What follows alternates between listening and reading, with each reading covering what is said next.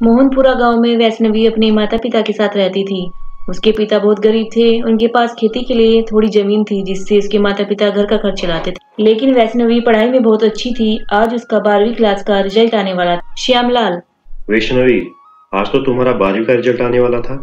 वैष्णवी, हाँ पिताजी। श्यामलाल, अच्छा तो बताओ कि मेरी बेटी का कैसा रिजल्ट रहा। वैष्णवी, पिताजी मैंने अपने स्कूल में टॉप किया है और मेरे स्कूल के टीचर कह रहे थे कि मुझे आगे की पढ़ाई के लिए शहर जाना चाहिए। यह सुनकर श्यामलाल बहुत खुश हुआ कि मेरी बेटी ने स्कूल टॉप किया है।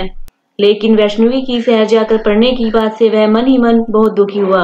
अपने पति को दुखी देखकर वैष्णवी की माँ ने श्यामलाल से पूछा, कमला, क्या हुआ जी? आप हमारी बेटी के पास होने की बात सुनकर खुश होने की बजाय और दुखी हो गए। श्यामलाल, नहीं कमला, मैं बेटी के पास होने की बात सुनकर दुखी नहीं हुआ।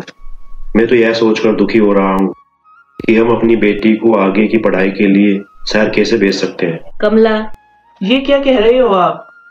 क्यों नहीं भेज सकते? जब हमारी बिटिया के इतने अच्छे नंबर आए हैं तो उसका तो कहीं पर भी दाखिला आसानी से हो जाएगा। क्या तुम नहीं जानती कमला कि हमारे घर की क्या हालात है?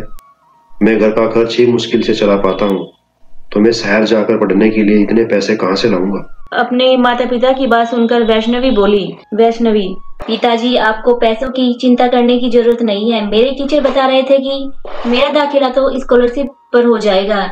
इसके लिए ज्यादा पैसे नहीं लगेंगे और रहने के लिए हॉस्टल की सुविधा भी फ्री में है। वैष्णवी की बात सुनकर श्यामलाल और कमला की चिंता दूर हो जाती है और वे दोनों वैष्णवी को आगे की पढ़ाई के लिए शहर भेजने के लिए तैयार हो जाते हैं।